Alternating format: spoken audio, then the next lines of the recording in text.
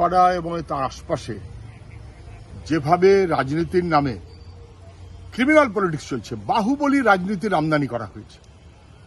বিহার উত্তরপ্রদেশে আমরা এর আগে থেকে আতঙ্কে থাকতাম, তাকে হার মানিয়ে দিচ্ছে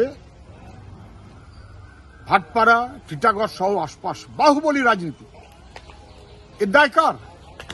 মুখ্যমন্ত্রীকে এর দায় অস্বীকার করতে পারেন নাকি? জেনে বুঝে অর্জুন সিংকে অপরাধে যুক্ত জেনে উনি তৃণমূলের নেতা বানিয়েছেন। তারপর দলবদল, এটা ওটা সেটা ইত্যাদি ইত্যাদি। কেউ তৃণমূল, কেউ তৃণমূলের আরেকটা গোষ্ঠী, তো কেউ বিজেপি। ভাবভঙ্গি দেখেছেন?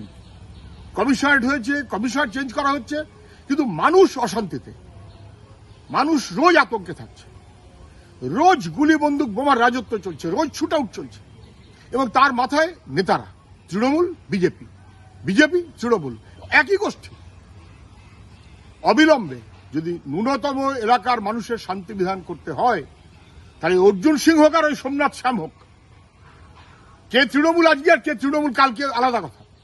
এই সহ এই মূল মাথাগুলোকে অবিলম্বে গ্রেপ্তার করতে হবে, অবিলম্বে গ্রেপ্তার করে জেলের মধ্যে ঢুকিয়ে রাখতে হবে। এদের জন্য মানুষের শান্তি থাকবে না। এরা থাকা মানে ক্রিমিনাল পলিটিক্সের মাথা মুখ্যমন্ত্রী নিজে তার প্রবর্তন করেছেন। এদেরকে বাইরে রেখে কোনো সমাধান করতে তিনি পারবেন না। অবিলম্বে ওদের গ্রেপ্তার করুক, আর বাকি যারা অপরাধী তাদের জেলের মধ্যে ঢোকাক। দেউচা পচামি নিয়ে মুখ্যমন্ত্রী যা বলছেন তাতে সত্যর থেকে অনেক দূরে থাকছেন। কোল ব্লক, অর্থনীতি তার জন্য ইত্যাদি না, বরং জল, জমি, পরিবেশের অধিকারটাকে আদিবাসী মানুষের থেকে সরিয়ে নাও। কোল ইন্ডিয়ার নিজস্ব অ্যাসেসমেন্ট আছে, সেই অ্যাসেসমেন্টে ওটা খুব কয়লার জন্য ভালো জায়গাটা তারা মনে করেননি, বলছেন না। মাটি অনেক তলা ইত্যাদি ইত্যাদি সবাই জানেন, কিন্তু আসলে আদিবাসী মানুষের অধিকারকে কেড়ে নাও। এটা ভারতবর্ষের, পশ্চিমবাংলার মমতা ব্যানার্জির পছন্দের অর্থনীতির জন্য না, এটা অর্থনীতিতে নানান রকমের ধান্দাকে ব্যবহার করার জন্য, নানান রকম ধান্দাকে ব্যবহার করার জন্য জমি কর্পোরেট সেক্টরের হাতে তুলে দেওয়া। এই যেমন বিজেপি করে, তৃণমূলও সেই মনোভাবের দিকেই যাচ্ছে। ওখানকার মানুষ এবং আদিবাসী যারা, তারা কখনোই সেটা মেনে নিতে পারেন না। রামনবমী নিয়ে কলকাতা পুলিশ বৈঠক করেছে, পুলিশের পক্ষ থেকে প্রেস কনফারেন্স করা হয়েছে। অশান্তির কিছু ধারণা ওরা করছেন, পারমিশন ইত্যাদি সম্পর্কে নানান কথা বলছেন। আমি শুধু বলছি, রামনবমী, হনুমান জয়ন্তী এসব বাংলার উৎসব না, বাংলার উৎসব ছিল না। দাপট সৃষ্টি করে মানুষের মধ্যে বিভাজনের জন্য রাজনৈতিক রামনবমীর যখন চেষ্টা করা হয়, তখন তৃণমূলের রাজত্ব বলেই তা প্রশ্রয় পায়। আগে তো সব হতো না। বিজেপিও সেই চেষ্টা করে, এবং তৃণমূলে চায় যে একটা রামনবমী নিয়ে ধুন্ধুমার কাণ্ড হলে বিভাজনের রাজনীতিতে কারণ না কারোর সুবিধা পেতে বিজেপির যেমন সুবিধা হবে, তৃণমূলের তেমন সুবিধা হবে। ব্যবস্থাটা হওয়া উচিত এমন, যেখানে মানুষের সাধারণ জীবন জীবিকা পর্যন্ত বিপর্যস্ত না হয়। শান্তি রক্ষার দায়িত্ব সমগ্রভাবে মানুষের বটেই, কিন্তু সেই কারণেই পুলিশকে দলের কাজে লাগালে শান্তি শৃঙ্খলা রক্ষা করা যায় না।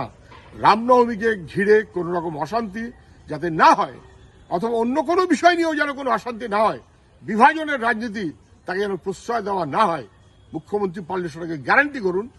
উনি সব পারবেন না। খিলগিরি তো সবসময় নানান বিতর্কে আছেন। কখনো রাষ্ট্রপতির সম্পর্কে এমন কথা বলছেন, কখনো অন্য কারুর সম্পর্কে এমন কথা বলছেন।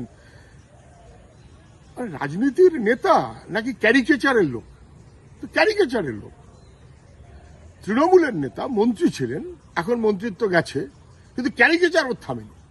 যেখানে যা হবে একেবারে বাইক থেকে নেমে তাড়া করবেন, লোককে গিয়ে পারলে গলা টিপে ধরবেন, যে কারোর সম্পর্কে যে কোনো রকমের কথা বলবেন। Caricature party Akhil Giri. কাঁথিতে সমবায় ভোট, তা নিয়ে ধুন্ধুমার কাণ্ড। যে ভোট সেখানেই গন্ডগোল। সমবায়ের ভোট হোক আর যে ভোটই হোক, তৃণমূলের মধ্যে কে নেতা হবেন তার ভোট ধুন্ধুমার, আইএমএ তার ভোট ধুন্ধুমার, মেডিকেল ডাক্তার তাদের ভোট, মেডিকেল কাউন্সিল, একেবারে দুর্নীতি আর ধুন্ধুমার। কাঁথির সমবায় ভোট, তা নিয়ে ধুন্ধুমার কাণ্ড। মিউনিসিপ্যালিটির চেয়ারম্যান অখিলগিরির ছেলে, সেও যেমন, অখিলগিরিও তেমন। যেন নিজেদের খুশি এবং দাপটে সবাই চলবেন, এ মানুষ সবসময় মেনে নেয় নাকি? যেভাবে নির্বাচনকে কেন্দ্র করে তালগোল পাকানো হয়েছে, অশান্তি পাকানো হয়েছে, তারপর অখিলগিরির দাবি হচ্ছে পুলিশ খুব খারাপ করেছে। তো পুলিশ খারাপ করলে পুলিশ মন্ত্রীকে বলুন যে আপনি একটি অপদার্থ, আপনি পুলিশ মন্ত্রী, কিন্তু আপনার পুলিশ যেভাবে চলা উচিত সেভাবে চলছে না। পুলিশকে খুশি মতন ব্যবহার করলে কখনো না কখনো পুলিশের বিরুদ্ধে অভিযোগ করতেই হবে। অখিলগিরির কথায় তারই স্পষ্ট প্রতিফলন। তিনি লন্ডনে গেছেন, বক্তৃতা দেবার মতো করে রাজনীতির ভাষণ দিয়েছেন, প্রশ্ন উত্তর না, এবং সেখানে উনি যা বলেছেন তা মিথ্যায় ভরা, তথ্য বিকৃতি। কি বলেছেন উনিই জানেন। তবে এই ভারতবর্ষের অর্থনীতি নিয়ে উনি যা বলেছেন, উনি বলতে পারেন কিনা আমার মনে হয় নিশ্চয়ই বলতে পারেন, যা মনে হয়েছে বলতেই পারেন। একটু গন্ডগোল আছে তো বটেই, আমি মানি না, এই মানা না মানার কারোর অধিকার নয়।